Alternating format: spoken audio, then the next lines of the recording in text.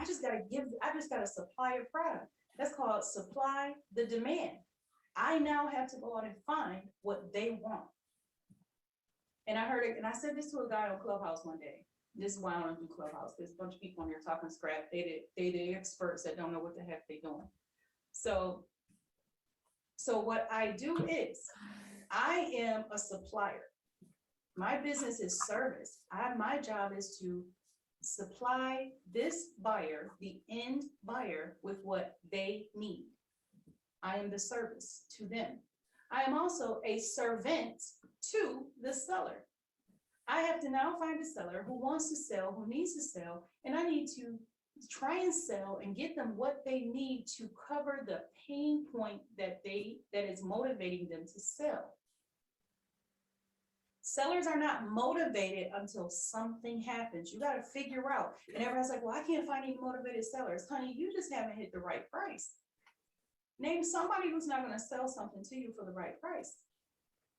Y'all hear that saying all the time. Everything has a price. Everybody has a price. So I coach, I train, I teach. Find and vet your buyers first. So where do we find these buyers and how do we qualify them? First of all, you need to know what type of buyer you're dealing with. Are you dealing with a homeowner, the flipper, or the landlord? Well, Lisa, what do you mean the homeowner? People who have homes and mortgages, I can't wholesale that. Yes, you can. You absolutely can.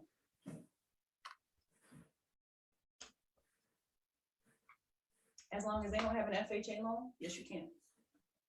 FHA says a person has to own a house for 90 days, which means you would have to close and own that house for 90 days before you're able to flip it to someone else or sell it to someone else. So you can't wholesale a person who has an FHA mortgage. However, you can wholesale somebody with a conventional mortgage, and you can wholesale someone who has cash and just wants to live in a property. So the homeowner is the type of buyer who will live in the home. They will take a little longer to decide on their purchases because this is somewhere they're going to lay their head, raise their kids, and feed their families. So they're going to take a little longer. And they're usually financing, but a lot of them right now are cash. They're pulling out cash from stocks, bonds, insurance policies, 401ks, IRAs. They're paying all of this. They're pulling this money out. And they're paying in cash because they're getting outbid by the investors. So now they came to play.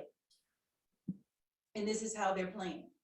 They leveled the playing field a little bit. So now it's like, okay, wait a minute. That's why we have such a high demand for these little bitty properties, the little amount of properties that are on the market. Okay. Now we also have the flipper. Okay, hold on. Do we have a question, guys? Does the type of buyer affect the amount you will get per assignment? No. No. Your assignment fee is already set, Patricia, and what you're going to notice is when I get to that section where we're talking about the numbers, you'll see how your assignment fee is in there and calculated. Okay. The next type of buyer is the flipper. They're looking for the most profit. They're only looking at the mechanics of a house, and they're usually, and if it's under 200,000, it's definitely going to be a cash deal. They're not going to finance that. Okay. So they're looking for the most profit, which means you need to know how to calculate profit margin. You need to know how to calculate repair costs. You need to know a lot of calculations, right? Right. See, this is what they're not telling you. And I know a lot of you have gone on Instagram, YouTube, Google. I'm going to tell you what really happens behind the scenes, okay? Usually a cash deal if it's 150,000 is definitely a cash deal if it's under 150. Maybe anything now I can honestly say anything under 300,000 is going to be cash. And then you have the landlord. This is somebody who wants to own this house and rent it out. The landlord is looking for cash flow. They're looking for that cap rate, and they're looking to build something that we all have right now that's building this buzzword, generational wealth. So something they can pass down. And landlords are normally, when I started out in this business as an investor, I started out as the landlord, and I had about 20, 30 properties, all duplexes, 2 to 4 units, anywhere from 1 to 4 units, and we were renting them out. That's paid for my son to go to college, that paid for my daughter's first car. That's what landlords are looking for. They're looking to make life easier for the next generation and live a better life for themselves right now. So that's what you want to know. So why is that important to know the 3 different types of buyers? Because that's going to determine what you make, how you make, and then you're going to make the numbers. Okay. As a wholesaler, your number 1 job is to make a win-win-win situation for all 3 parties, the seller, the you, and the end buyer. Okay, so where do we find these buyers? A lot of you are looking like, what? Buyers? You're gonna find your buyers. I find my buyers from other real estate agents. Because the minute I post a house, I got agents calling me nonstop, telling me that their buyers looking for a house. I find buyers in social media groups. Okay, here's rule number 1. All of you that are in these wholesaling groups on real estate, stop going into these groups and doing 2 things. 1, you're going in there and you're looking for a buyer. But you're gonna get another wholesaler who's gonna end up wanting you to JV the deal. So if you don't want another buyer, another wholesaler, don't post in a wholesaling group. That's like a no-brainer, but I see it every day. The second thing you don't want is you don't want to go in there in a wholesale group posting that you have this deal and then say, but I don't want to deal with any wholesalers. Why the hell did you post it here? It just blows my mind. Facebook Marketplace, Craigslist, other wholesalers. That is where you're going to make your most money, other wholesalers. Because here's what happens when you have a property. You have a buyer because everybody else is not taking my course. Everybody else is not doing what I do. Everybody else is telling you, let's go find this property. So you got a bunch of wholesalers out there sitting on properties that don't nobody want, because first of all, they didn't do the numbers correctly, let's be real. And second of all, they don't have a buyer's list. So they went out and just found a property and got excited. And now they've been sitting on this property and they're about to lose the EMD that they had to put down because they didn't do this the right way. So here you come with your grade A buyer's list. Hey, you still have this property still available? Yes. Okay. These are my terms. So now you set the terms. I want 50-50. I want 60-40. I want 80-20, 75-25, whatever it is. Or you can say, I want a flat rate. I get $5,000 or my buyer does not buy your property. I won't even show it to them. Now, who holds the cards? Who's in control of this transaction? You, because you have a buyer. The person with the money always in control of the transaction. All right. You can find buyers through your attorneys, bankruptcy attorneys.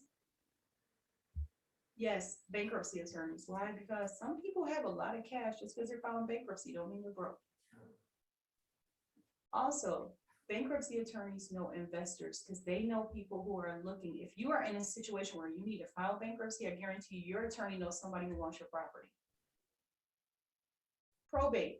That means the person who owns the property is deceased. Guess what? A probate attorney always knows how to get rid of a property, and they have a list of buyers just waiting. A real estate attorney, duh. That's a no-brainer. I shouldn't even have to explain that to you, and I'm not going to. Why would a real estate attorney be able to find you a buyer? Because that's what they do. They talk to buyers and sellers all day. And then you have the divorce attorney. Yes, a divorce attorney keeps a list of investors that are looking to purchase property so that they can dissolve a divorce settlement really quickly to move on and get things done quicker. You guys love bandit signs. I hate them. I've never used them. I never will. Sorry. But yeah, you can find buyers on a bandit sign. You put the little bandit sign up somewhere. Somebody will call you, I guess, if they see it. I don't do bandit signs. RIA networking events, Real Estate Investor Association network events. For those of you who don't know what RIA stands for, Real Estate Investor Association. That's what it stands for. RIA events. Let me tell you how you guys are working RIA events. Oh, hi, what do you do? I wholesale real estate. Oh, okay. Well, what's that?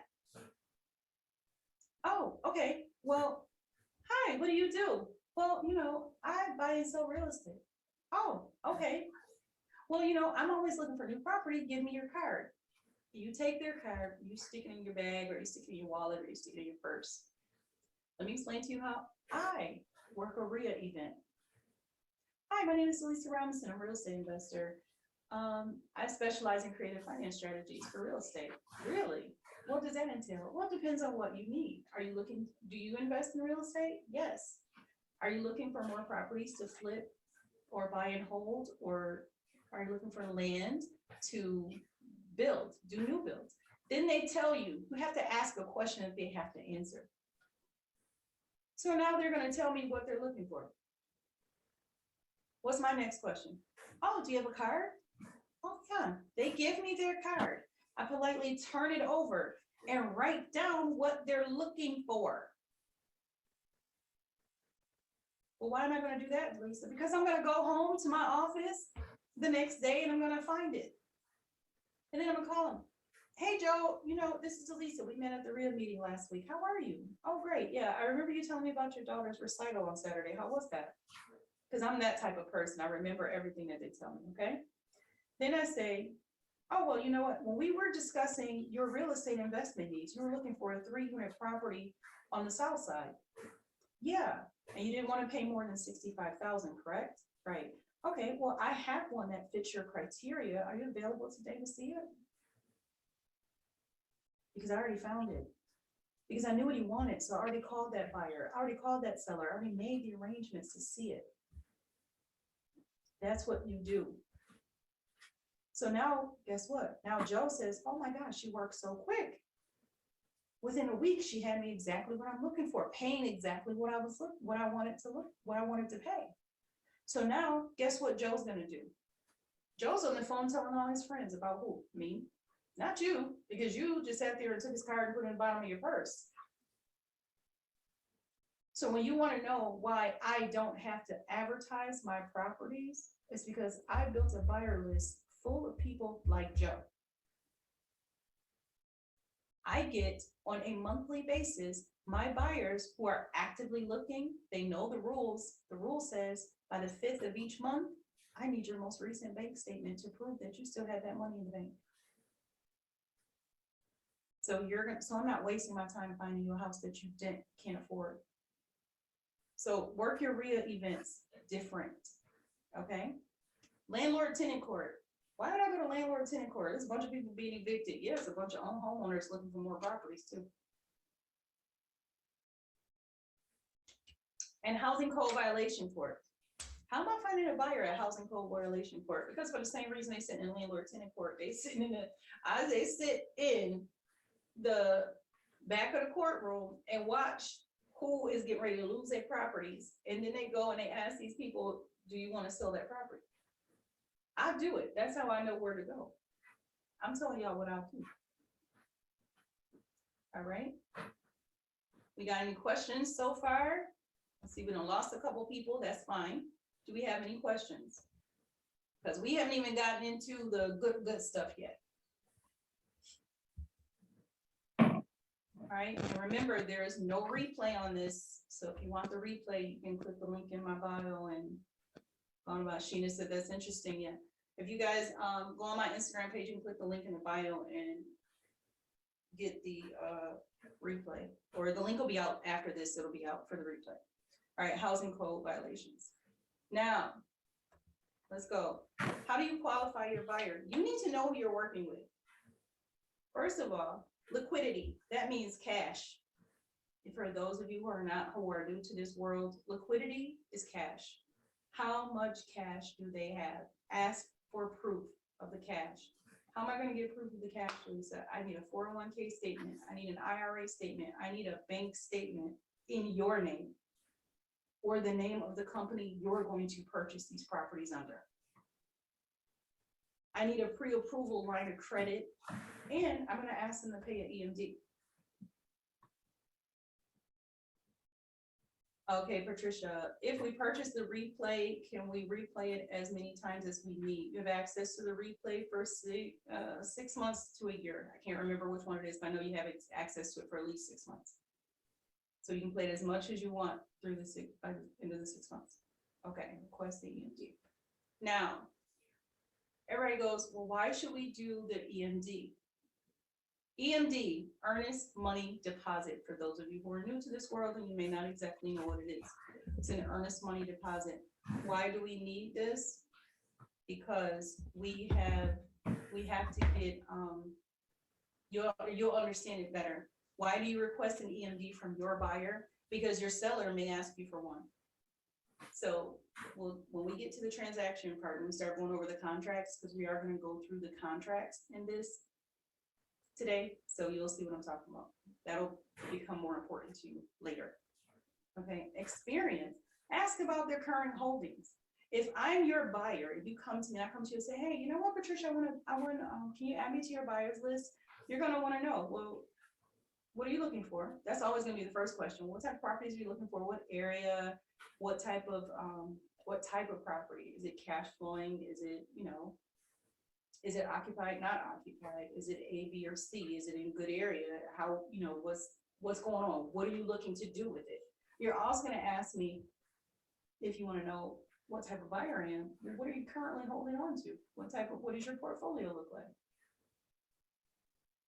And then I'm going to tell you, oh, well, I'm currently looking to acquire some properties in Atlanta, Georgia. I'm also currently I have one flip in progress right now. I just recently started my short-term rental business and I have about 5 of those units going. And then I have some rental properties. I have some duplexes around the city that I'm sitting on cash with no mortgages. So I have a ton of, this is a type of response you're going to get from an experienced investor. How long have you been investing? I've been investing in this business for 23 years, and this is what I do, and this is how I do it. What is your monthly cash flow?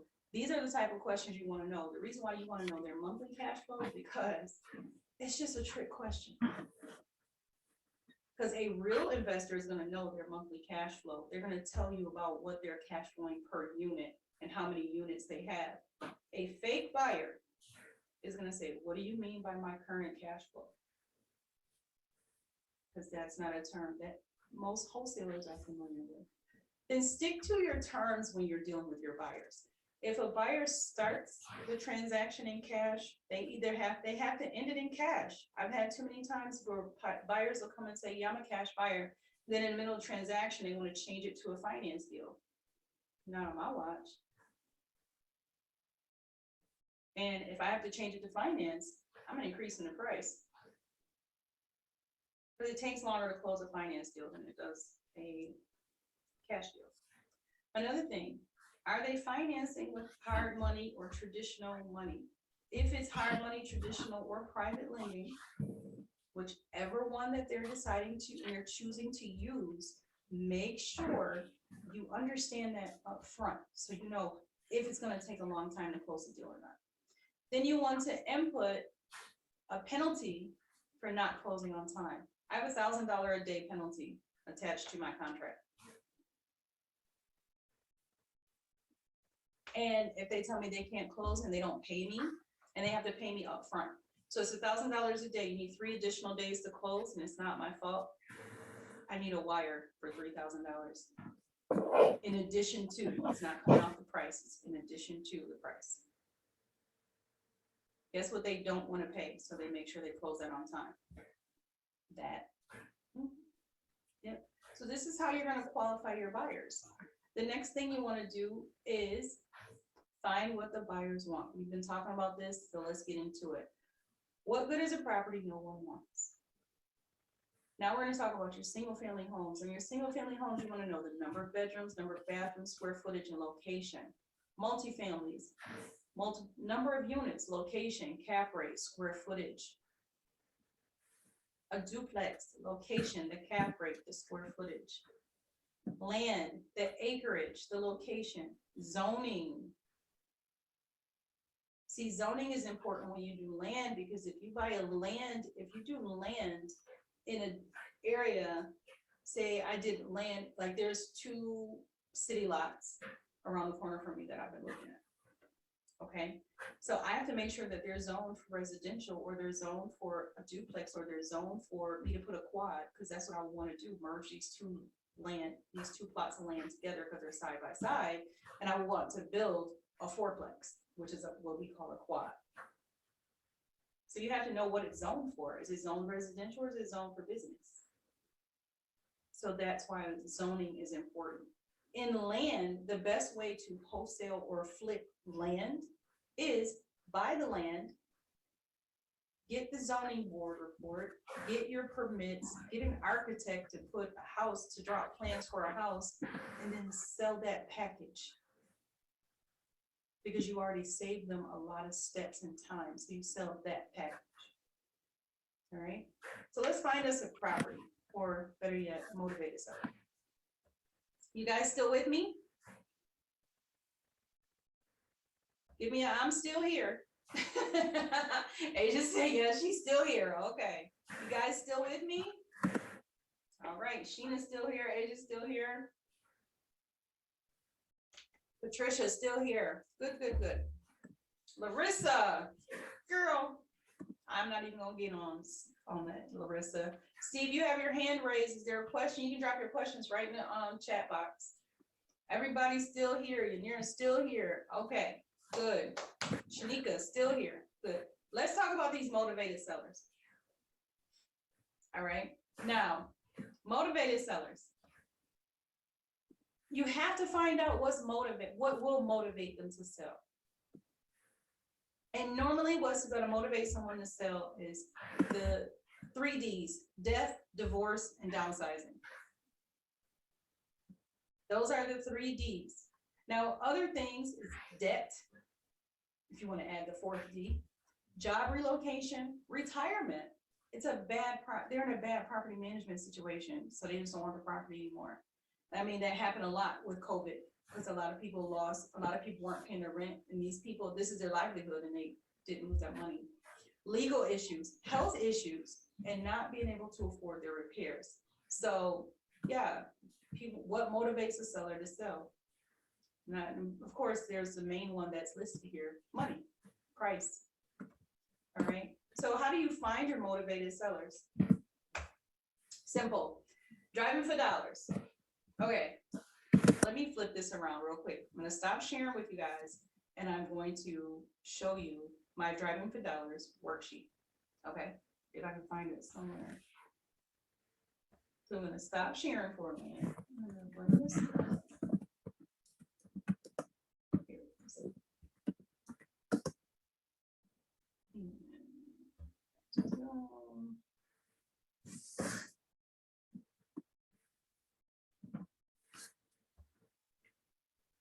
Okay, can you guys see the Driving for Dollars worksheet that I have in front of me?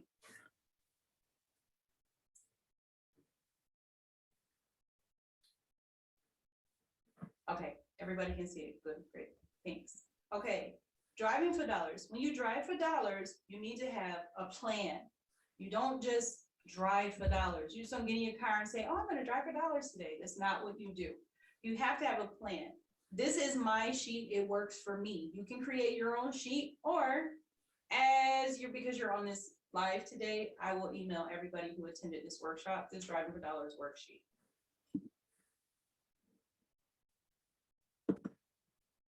You have to have attended, not just registered, because we had a lot of people that registered that didn't attend. Okay, so I'm only sending this to the people who actually attended.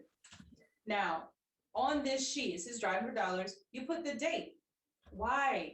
Why is the date important? Because you need to know, when did you go out? When did I see that property? What was I doing? What time did I start? What was the street name I was on? When time do I finish? I drive for dollars for 2 hour in 2 hour increments. I have another person I know who does wholesaling. They will just dedicate one Saturday morning or go once a week. And that's the thing. You want to know, where did you see that property? When did I see it? How did I see it? Things like that. So I do one sheet per street, because I live in an area where I could wholesale a whole city if I wanted to. And believe me, there are a lot of wholesalers in this city. So I put the house numbers down. Boop, boop, boop, boop, boop, boop. And then I go down here and I make notes. What new things are going on in the city, in that area? Did I see a new street being paved? Did I see new street lights getting put up? Did they open a new store, like a Family Dollar, Dollar General, a mall, a grocery store? Is there a bank? Is the hospital in the area nearby? Is there a hospital nearby? Is that hospital being renovated? That's where I put these notes. Okay, and that's it. That's a worksheet. I'm very simple in the things that I do, but this is the thing you need to do. You have to have a plan. You want to plan the neighborhood you're going to go to. You want to put the street, you want to put the house number down, or you can take pictures. Sometimes you don't see the house number. If you have PropStream, you have a free app on your phone, the PropStream app. Download it if you haven't, but if you're paying for PropStream, they have a free app for you that you can use, and they have this thing on there called the geolocator. On the geolocator, guess what? You can hit the house and it'll pull up the seller's name, address, not their phone numbers, what they paid, how long ago did they pay, and everything about that property. The same as you would if you were on a desktop or a laptop on your computers doing that website. PropStream.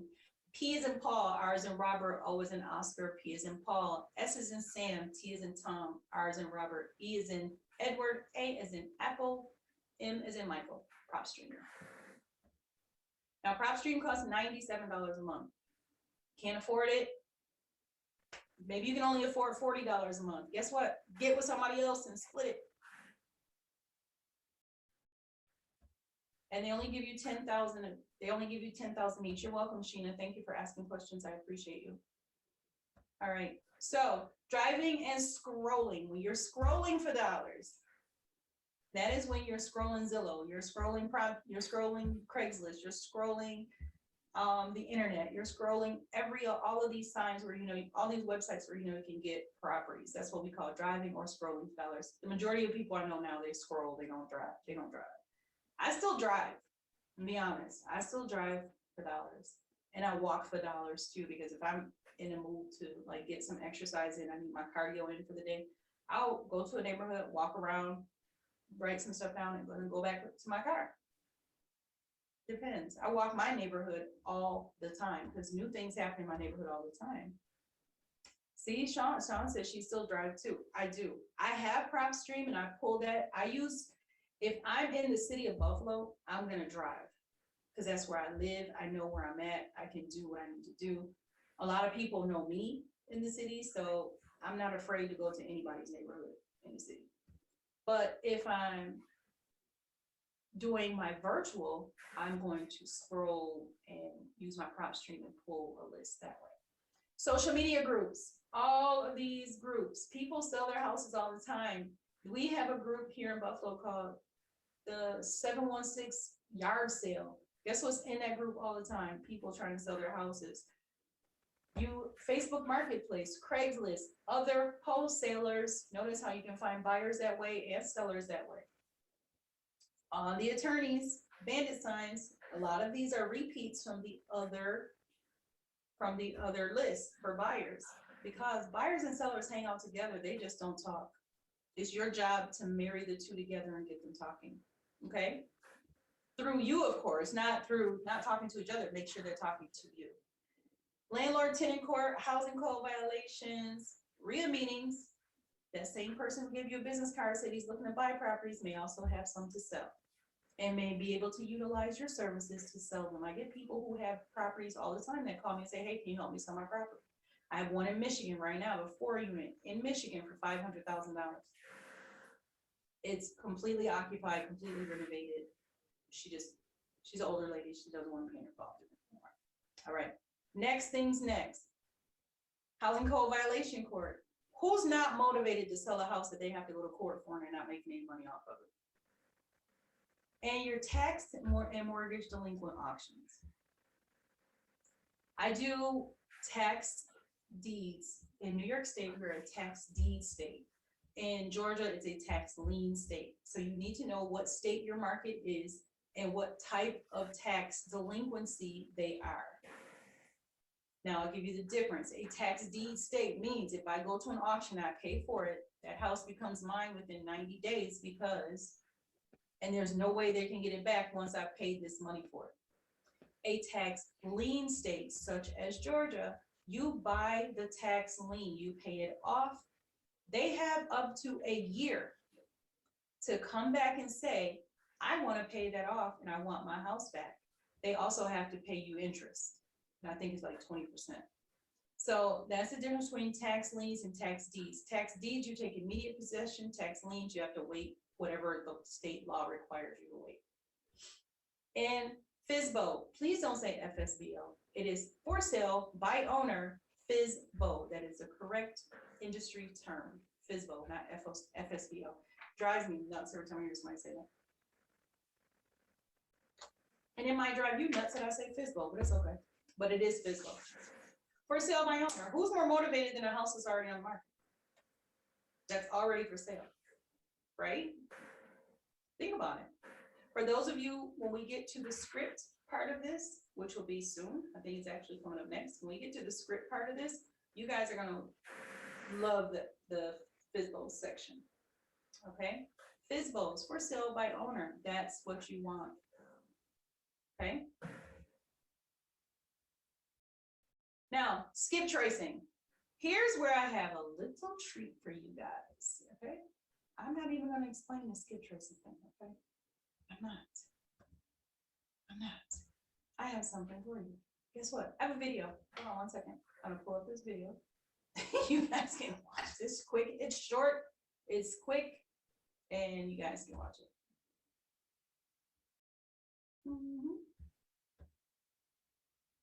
So if you go to my YouTube channel, I have a video there all about skip tracing. And that's what we're gonna watch. It's like 5 minutes, no joke. It's like a 5-minute video.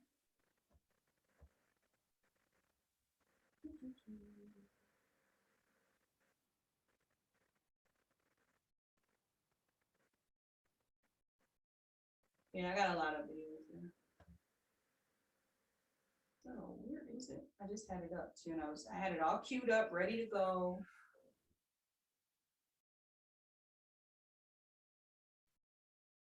Oh, here it is. How to find properties. $47. That's all it takes to invest in our YouTube advertising masterclass on how you. Hey guys, I promised you yesterday that I would record my steps that I take for searching for tax assessor's office. So first of all, I'm going to start with Buffalo. So I go City of Buffalo, tax assessor. Okay. And then it says Assessment and Taxation Department. Click it. Now, on here also, sorry about that. On here also say make property tax payments. Look over on the side. You want to look at all this stuff. See this right here where it says in RIM? That's our foreclosure list. And that's the one from last year because of course the ones from this year aren't out yet. So you want to go to, this just gives you the phone numbers and things like that for the tax office. But then I can click on this seal, takes me to the main page. And right here it says property information. So I click on this for the property information. It takes me to a place called ORS. A lot of people, a lot of cities, a lot of municipalities have ORS. So that's what you want to look at. Now, I want to go to Alma Street. That's one of the streets I was looking at yesterday. So see here, it gives me every address on the street. Now, I can't remember the address of the one that I was looking at, so I'm just going to pick one and start to skip it. I'm going to show you guys how I do the skip trace as well. So let's just look at one. Okay, we'll do 52. So now when you pull this up, this gives you a picture of the house. It won't always have a picture of the house, but it gives me a picture of the house. Right here, it tells me it's only assessed at $45,000. The land is assessed at $69,000. So the taxable income is $45,000. That's important because that's how much they're being charged. That's only what they're being taxed on, $45,000. I told you guys yesterday, I was riding around in this neighborhood, that the taxes, these houses were cheap. So then if you go to property description, it's a 1-family house. Over here, it'll tell you It's 1.5 stories. It'll tell you how many bedrooms, how many bathrooms, how many kitchens. This one only has 2 bedrooms. So they say, I guarantee you there's a 3rd bedroom somewhere in there. It's saying it has 2 bathrooms. One might be a half bath somewhere in there. It has 1 full kitchen. No basement. No basement is important. It means it's a crawl space basement. Then you go down here and it says last property sale. Notice this is blank. Usually it's full of information. Then when I go down here to owner information, Dorothy Brown is the owner. She lives in the house because that's where the tax record is going to. Now, she gets a STAR program tax rebate, so that's probably why everything else is there. So she's been living in this house forever, which means either 1, she's not going to sell, or 2, she's ready to sell. So then what I do is I go over here and I put in true. You know, guys know I love my True People Search. TruePeopleSearch.com, great. Now, everybody else is going to do it different ways. You're going to pull up a name. You're going to do it by phone number. I do it by address. Okay, so now this is 52 Alma in Buffalo, New York. And I was in 14215 yesterday. Remember that? Dorothy Brown is 75. She lived in Buffalo. View the details. We already know who owns the house. These are all her phone numbers. I guarantee you if I call any of these numbers, she's going to live there. She's going to answer. She's 75 years old. She probably doesn't even have a cell phone. She probably still has the wireless. 863-8028 might still be her phone number. So that's how you call and search. You search by address. Don't search by name. Because then when you search by address, if I go back, this Henry Brown might be her husband or ex-husband. George Brown might be a relative as well. So you want to call those people. You don't want to call all the other numbers, because if I just put her name in here, what was her name again? Dorothy Brown. I should be able to remember this, but y'all know I have headaches, so yeah, Dorothy Brown. But if I go in here and I put her name in, just her name, and I go Dorothy Brown. You guys are going Dorothy Brown in Buffalo, New York 14215. How many Dorothy Browns are going to come up? Look at that. Always search by the reverse address. All right, that's my tip for today, and I'm sticking with it. Alrighty, guys, I'll see you later. All right, so let me stop this from going on and get you guys back to what we were doing. All right, so any questions about skip tracing? Because the one thing I noticed that I did not say in that video, and I want to make sure that you guys understand, you are not putting the property address that you are looking to wholesale in the True People Search. That's not what you put in there. You put where the tax bill is going, because that's the address where the owner lives, and that's more likely where all the phone numbers for that property will show up. So that is how you do it. So if you're looking for me, and my tax bill is, if you're looking to me because you want to purchase 123 Main Street, but in Buffalo, but my tax bill is going to 525 Huron Street in Los Angeles, California, you're going to put 525 Huron Street, Los Angeles, California. Then look for my name. So that's how you do the skip tracing, okay? Any questions about skip tracing? Because it's so simple, it's easy. And that's what a lot of your people on Fiverr and stuff are doing.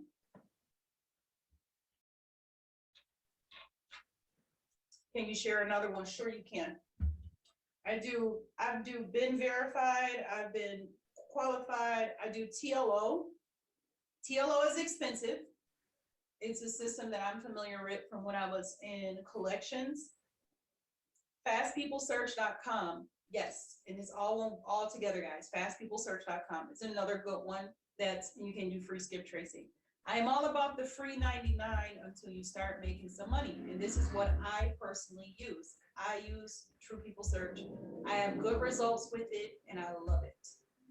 Okay, being honest. Now, that's all skip tracing. Let's talk about this phone call. All right, there are 7 steps to the initial phone call. Don't believe me? Just watch. 7 steps. The first one, remember, the seller is anyone who is legally able to sell the property. We misspelled sell, but you get the point.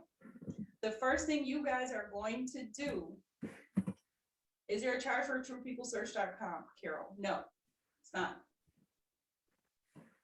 True People Search is free 99, free. Driving for dollars is free. Skip tracing by finding the owners on the county and city and county websites, free. Skip tracing on True People Search or fastpeoplesearch.com, free.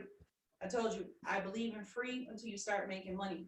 Once you close a deal, then you can start paying for stuff. But until you close a deal, stop. Save your money. You're paying for stuff you don't really know what you're doing. So now, what we do here, step number 1 is verify the owner. And I do that very simply. Hi, this is Lisa Robinson. Hi, may I speak to Lisa? This is Lisa Robinson, owner of 123 Main Street in Buffalo, in Lakeland, Florida, in Miami, Florida, in Houston, Texas, wherever it is. That's all you're doing on that first step, verifying the owner. I have done 3 different things by asking my question this way. Lisa Robinson, owner of 123. 1, I have Lisa Robinson. 2, she still owns 123 Main Street in Buffalo. And 3, that's the person I'm looking for. See how that works? A lot of you're picking up the phone and you're saying, hi, can I speak to the owner of 123 Main Street? And people get on the offensive when you do that. The defense, they're like, wait a minute, who is this person? So you want to do it a different way, a different flow. That's 1. Step number 2, identify and introduce yourself. A lot of you forget to do that. Well, hello, Lisa Robinson. My name is Janice Coffey. I'm Trinity Lion Group of Buffalo, an investment group out of Buffalo, New York. Now you know who you're talking to. They still own the property. They now know who you are and what you do. I'm an acquisitions manager. I saw your property. However you want to go from there. But step number 3, why are you calling this person? We have been looking at properties in your area and came across yours on Main Street. Here's the kicker. How many offers have you received on your property? I didn't ask them if they're interested in selling, because I already know they're interested in selling, because I'm going to make them the right price for it and they're going to want to sell it. All right. You have to have that type of confidence, guys. You can't go into this scared to talk, scared to speak, and scared they're going to say no. So people say no all the time to your face. These people are on the phone. Don't get nervous. All right. Now, next things next.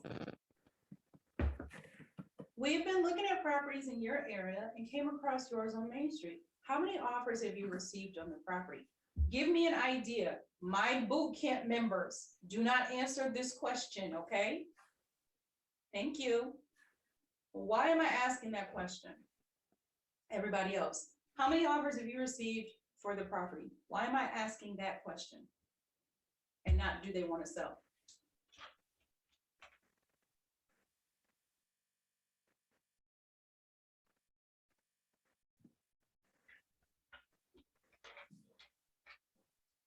Open-ended question, absolutely, Patricia.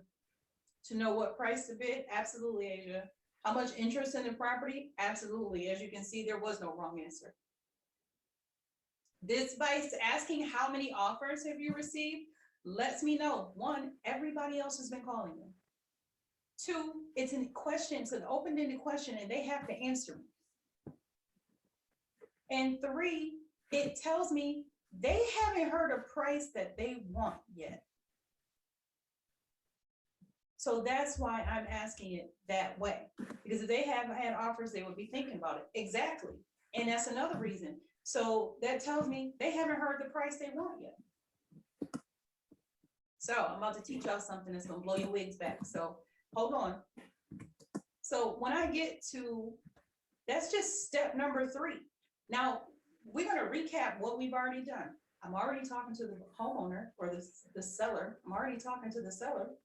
I know she still owns it. And I'm saying she because we use Lisa Robinson. I know I'm speaking to the seller. I know she still owns that property. She knows who I am and she knows why I'm calling. Now we about to get down and dirty and she don't even realize it yet. Because we still having a conversation. I haven't come off aggressive by asking it this way. How many offers have you received for your property? I don't come off aggressive. I don't come off as thirsty or hungry or like scammy. You get what I'm saying? So things next. Shut up and listen to what they have to say. That's literally shut up and listen, see? If you stop talking, the problem we have in America that I've come across from years and years of being on the phone talking to people, I was a 6-figure collector. I made over $100,000 a year in collections. As a manager, my collectors made 6 figures because we did things different. If I come to you and I say things how I'm teaching you the same way, this script tip that I'm giving you now is the same way I taught my collectors to collect money. Script tip, stop talking. People talk so much because they're afraid of the silence. If I stop talking to you guys right now, all of you are going to get nervous and think I got disconnected. And I should have just did it just to see how crazy y'all will go. But I didn't. I don't want to do that to you. But that's the problem. Everybody stop talking. If you stop talking and start listening, people will talk themselves into giving you what they want, what you want. Don't ask yes or no questions. Think about your kids, your spouse, anybody important in your life. Can I get $20? No.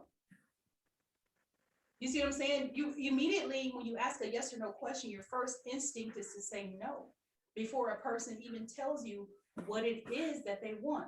Your very first instinct is to say no. Think about your kids. Mom, can I get $5? No. You're either going to say no or you're going to say the other question. What do you need $5 for? But first, your instinct is going to say no. So you need to stop talking and just listen to what they tell you. They're going to say, oh, well, people call me every day. So now you know they're tired of people calling. Oh, well, yeah, I have had like 3 or 4 people call me and offer me and make offers. Okay, so now my competition is 3 or 4 other people. Well, I also know she hasn't heard an answer. She hasn't heard the price she wants. So my next question, step number 5, I want to secure the appointment. Well, it seems to me that you haven't heard the price that you're looking for. How much do you want for the house? What would it take to get you to sell me your house? How much are you looking to profit? How soon are you looking to move? Oh, who occupies the property? Because you need to know who's occupying this property too. You know, so it says, I would like to present a fair, and then they always say, well, make me an offer. No, not doing that. Because see, here's the key element to negotiations. The first person to mention money loses the negotiation. So imagine me. I would like to present a fair offer, but can't do so without seeing the property. What time tomorrow are you available to show me your property?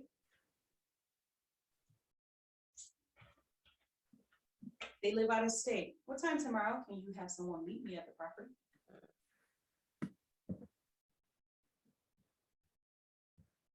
Tomorrow's not a good day. Well, what time on Thursday? What time on Sunday? What time on Monday? You offer them another one. Or you say it this way, well, I'm available at 3 o'clock tomorrow. And then you stop talking. You have to know how to talk to people without talking to people. The problem is you guys talk so much. You end up talking, and this is why you end up on the phone with people. This conversation, if it's done correctly, takes 5-10 minutes at the most. I've had my coaching clients come back and say, well, I was on the phone for an hour. For what? And I'm not being rude or nasty. What time tomorrow are you available to show me your property? Now, if they gave you a price, this is why I say you don't mention money first. Well, I was looking, you listen to what they got to say. When you say, well, how much are you looking? What would it take for you to move? How much are you looking to profit? How much do you need to do this? Do you need financing to make them an offer? Hold on a minute, we're about to get right there. Nope, you don't. Why? Because you got a buyer already, remember? So you are making them an offer. They're making you an offer. Well, I can do 50,000. So I always use Miss Susie, one of my favorite neighbors down the street. Okay, Miss Susie says, so Lisa Robinson tells you guys, well, if I could profit 60,000, I would sell. Now, you pretty much had an idea. You might not have run your numbers yet because I haven't taught you that part yet. So we are going to get through that in a minute. But you kind of have an idea of what the houses are going for in that area because that's the area you've been looking at. You've been researching the area, you know. She's like, 60,000 for her house. Let me see. Well, you know what? I can't really say if 60 is going to be a fair offer to you. How about what time tomorrow can you meet me at the property and we can discuss? Or what time tomorrow can I come by? What time tomorrow is convenient for you? What's the key element? Tomorrow. Don't say when is a good time. Because I know that was in one of your, somebody on this call right now had that in your mind. Well, when is a good time for me to come by? No, give them a date and a time. You always think about it like this. When your parents gave you, you were growing up, your parents said what? Have all your chores done before I come home, or what's gonna happen? Oh, then you hear them pull up in the driveway when they did all your chores real quick. Well, that's what me and my sisters did. Anyway, so that's what you do. You always give them a date and you give them a time. So what time tomorrow, or what time on Friday? Because you might not be available tomorrow. What if your next day? Well, what time on Saturday are you available? Because somewhere along the line, they probably told you that they work 5 days a week. They can't come by. You know, in the evenings is not good because they're doing the soccer mom thing or the cheerleading dad thing, whatever it is. So okay, well, Saturday sounds like it would be a bit better for you. What time on Saturday would be a good time for us to meet up and go through the property? Another key element I want you guys to remember, if they live in this property, you are to refer to it as their home. If you say the property, you can offend them. And you can also lose to someone else who had more compassion than you do. Especially if this is a tax delinquent situation, they're living in a home, they're about to lose their home. You always want to refer to it as their home. If this is an income property that was down the street or whatever, then you want to refer to it as the property, okay? Because then it's a property to them. But if it's income property, it's a property. If it's the house that they live in, you always want to refer to it as their home. Right? All right. Now, we only on step number 5. We secure the appointment. Confirm it. Great. I look forward to meeting you at 123 Main Street tomorrow at 1 p.m. I will bring my contractor with me just so we can get some estimates done. Okay? Your contractor, or the person who's coming to act as your contractor, it could be one of your buyers if you really want to be honest with you. If you have a buyer who already knows what that property, how that property is, or you've already got that card from the RIA meeting and you knew, so you reached out to this person, you got this deal, you got this under contract. Hey, you know what? Call them up. Hey, Joe, remember me? We talked about that. I have a property. Are you available tomorrow at 2? And now Joe's going to the meeting with you. Joe's looking at the price with you. you're gonna tell Lisa, hey, you know what? Me and Joe, we walked through the property and we're really excited about the property. Because you and Joe are never going to discuss money in front of Lisa. And you're not gonna allow Lisa and Joe to talk to each other. Make sure you refer to the owner, not the partner of the owner. Absolutely. That part. Okay, so you're on number 6. Guess what number 7 is? Close the call. Thank you, Mrs. Robinson, for taking the time to speak with me today. You always want to thank them for their time because they're going to have to talk to you. I look forward to meeting with you tomorrow. I look forward to meeting you tomorrow at 7. I look forward to meeting you tomorrow on Saturday at 3. However you want to end the call. Thank you, Mrs. Robinson, for your time today. I really appreciate you. Okay, I'm looking forward to meeting with you at the property. Or I'm looking forward to seeing your home. However you want to do it. All right? Because guess what? The objective of the first phone call is to just get the appointment. Now it's over. Now you got to prepare for the appointment. You have the appointment now, right? So now you need to prepare for the appointment. What are some, Davina, this is the part you're getting ready, your question's getting ready to get answered right now.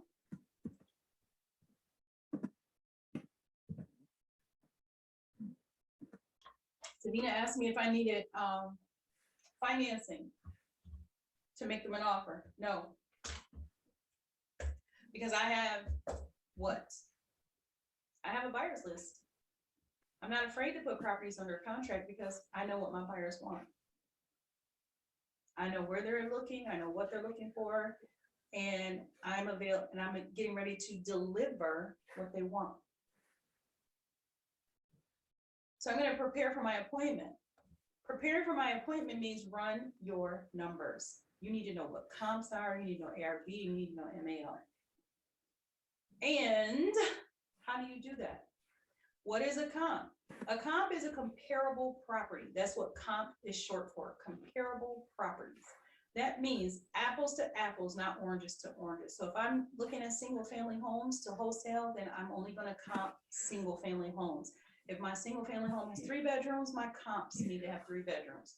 2 bathrooms, my comps need to have 2 bathrooms. Square footage can go 300 square feet below or 300 square